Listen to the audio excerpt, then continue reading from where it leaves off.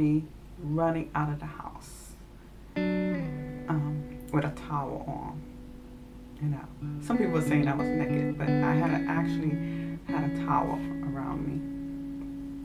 And I had like hid in the woods. And finally, he kind of coaxed me out of the woods. It was.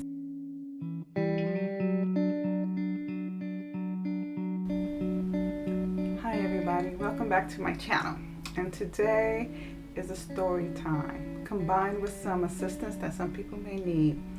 And it involves leaving a domestic violence situation. In other words, stop getting your butt beat. So, I was well taken care of as a kid, but I don't come from a very demonstrative or a very close family. And so one day, my friend and we decided to walk to the store. So this is a rural area. We moved from, my family, let me back up. My family and I moved from New York City. My mom remarried a man from the rural area of Virginia. And so we all moved to Virginia. So not only did I have to deal with this totally different culture, totally different environment, going from ultra urban, Bronx, New York, to a very rural community. I think it's less than 6,000 people, and it's all farmland. It has one store, no traffic lights, and only a couple of stop signs. So anyways, a friend of mine that lived next door, she was like, let's walk to the store, which we did quite often. And I was 17. I was 17. Anyways, I was 17, and well, there was this guy, and he had a car, and he was older. He was like mid to late 20s. I don't even remember his exact age. But I know he was much older. So anyways, when we got to the store, he was at the store, and he introduced himself, and I actually knew his family. Like I said, it's a small town, but I had never met him. So anyways, one thing led to another. Well, I guess not from that one talk, but anyways, we just started talking and talking because I would always walk to the store. Like, there was no cell phones back then. I'm nearly 50, you guys. There was no cell phones back then. There was no pagers. So if he called, he would have to call my mother's house. And I was not gonna let that happen. No way. Like, I knew my mother and my stepfather would freak out. So we will meet every time I walked to the store. And then finally, I would just leave the house. Like, I was going to hang out with my friend, and I started hanging out with him. He was the first person that ever said that he loved me. Like, my family never said that to me. And I didn't really feel loved. I've always felt like an outsider. So hearing and feeling that someone loves me, like I was worthy of love, I was just, I was 17, guys. I was 17, guys. So, anyways, one thing led to another.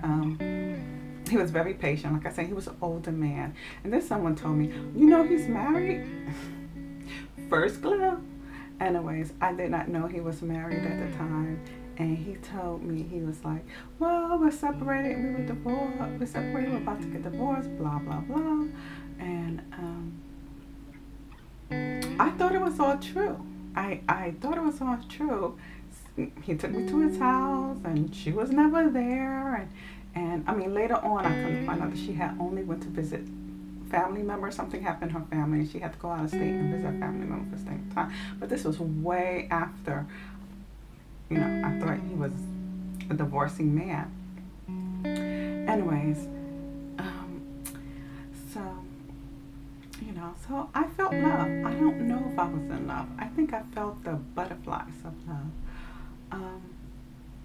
And the first time he hit me was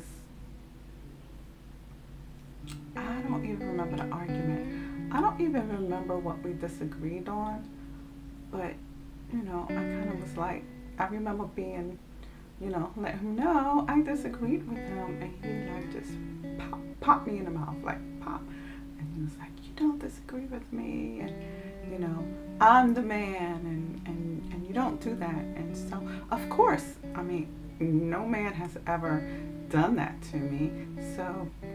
I mean, this was my first relationship, guys. This was my first person who said they loved me this in my life, in my entire life. So I was taken aback, but I didn't want to lose that feeling of being loved. So I stopped talking to him for a while, and of course, um, again, walking to the store. I mean, it's a rural area, so you're either inside your house, or you're driving with someone, or you're walking to the store. So walking to the store, he came up and he was like, "Hey,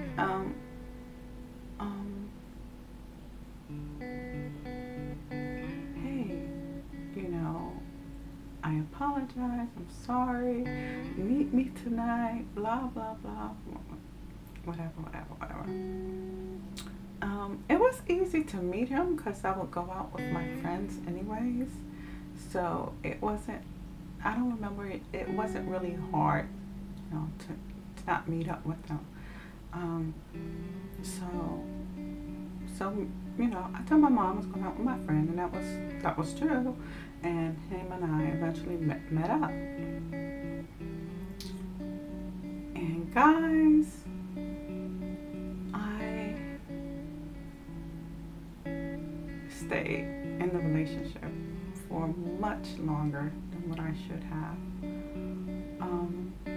It escalated from that pop in the mouth to him smacking me in the head to one of the last times, I was at his house and I had gotten out the shower and he was upset about something. He was agitated, he was upset. Anything could set him off. It could have been a bad day, could have been something he saw on TV. I mean, and something from the phone, anything could set him off. And we got into it about something. I don't even remember, you guys. I think I have PTSD because I don't even remember the specifics of everything. Well, anyway, let's just say he ended up chasing me out of that house with a gun. And,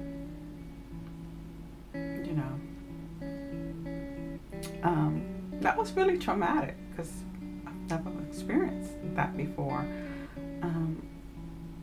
And then I wish I could say that I left then and there, but I didn't. I stayed. What made me leave? No one knew what was going on. Well, I take that back. People found out what was going on because neighbors saw me running out of the house with a towel on. Some people were saying I was naked, but I actually had a towel around me. And finally, I had like hid in the woods. And finally, he kind of coaxed me out of the woods. It was frightening. And afterwards, he was again very apologetic. He was crying also. And telling me that I was all he had. He had nothing else in this world, just me. So I wish I had left at that time, but I didn't. I stayed. So now, it's a small town of 5,000 people, so everybody kind of knew what happened. I was chased, they could swear they heard him, in a bag. I was in the woods. I was running around in a towel. Some people said I was in a towel. Some people said I was naked. I had a towel. So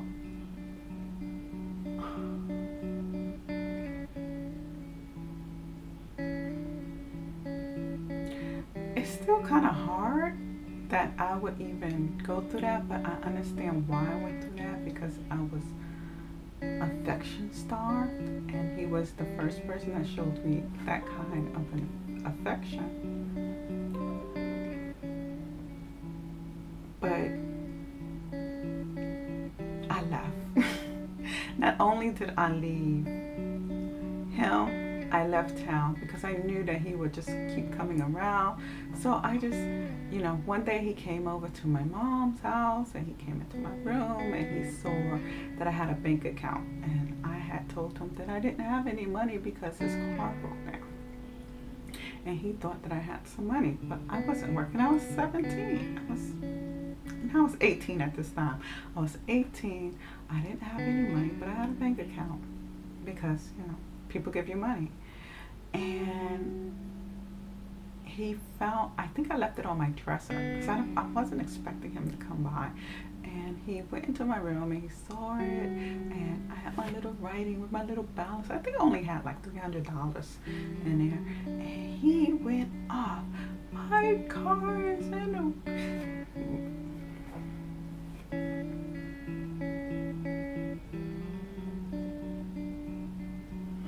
He went off. He was like, my car is in the garage. I had to walk here to see you, and you sitting up here on a pile of cash. $300, y'all. This man, he was a grown man. He's like, 8-9 years older than I am. So at the time, he was in his mid to late 20s. And he was like, I'm leaving and I'm gonna borrow somebody's car. Anyways, he said, I'm leaving and I'm gonna borrow so-and-so's car, and we're going down to the bank, and you're gonna give me that money. So my mom came home, and I was frightened. I was scared. At this point, I didn't feel anything for him. I guess I should have put that in. At this point, eventually the feelings lagged. I didn't want him around, but he kept coming around. There were circumstances why he kept coming around, but he kept coming around and demanding things of me that I no longer wanted. I no longer wanted to be with him. I didn't feel anything for him. I was thinking of ways. I was like, oh my goodness, just let me find a new girlfriend. Please, please, please, please, let him find a new girlfriend. So seriously, I used to beg that, and pray that he found a new girlfriend so that he can leave me alone. But anyways, my mom came home, and I finally had to admit to her that what was going on, and I need to get out. So, she made some arrangements, and I was put on a bus, and I left, and I never looked back, and I've never been back to live except for like a month, and that was when I moved back from Texas 8 years ago. That was when I was 17. I am now 49. I'm nearly 50, and I can say that I've never been in a relationship like that again. I've never entered a physically nor a really abusive relationship. It took me a long time to realize what I was worth as a woman. It even took me years after I was married, like just within the past couple of years, to realize how much I was worth as a woman and what I deserved. I just escaped. I got on a bus. My mom had a store at the time, and he came by the store and he asked where was I? He asked her, and she, well, I I can kind of think that she probably gleefully told him, "Oh, she's gone." I can hear my mom go, "She's gone, she gone." And well, anyway, she said, he asked, "What do you mean she's gone? What do you mean?" And she said, "Oh, she's gone. She left. She left town. She's not coming back." And my mom said he stormed in a car like he was gonna race after the bus, but of course the bus had left hours earlier. And so he didn't know where I was. I mean, I didn't visit my mother for a very long time because I was afraid of him. I was afraid of him for the longest time. Even after I got married, I was afraid of him. And I was in my 20s. Even when I first moved back, I went back there, it came back up. And that was just 7 years ago. I don't really think about it much. I'm so far away from that 17-year-old girl.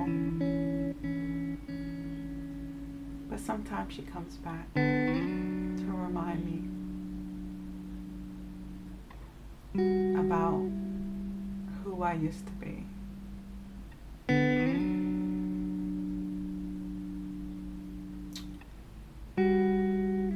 It's hard. So I understand the need to stay in a relationship because you think you can fix it. You think, oh, I can fix this. Or you think, oh, it won't happen again because he's sorry. Or you think, oh, I'm going to try to be, a good girl. And it's not about you. It's about him. It's about who he is, his character, and what he wants to do, and how he knows how to conduct himself within a relationship. Anyway, guys, if you find yourself in an abusive relationship and you're having trouble getting out, just leave. Just leave town. There are plenty of organizations that will help. There's a hotline. I will put it at the bottom here. And c'est la vie. Thanks for tuning.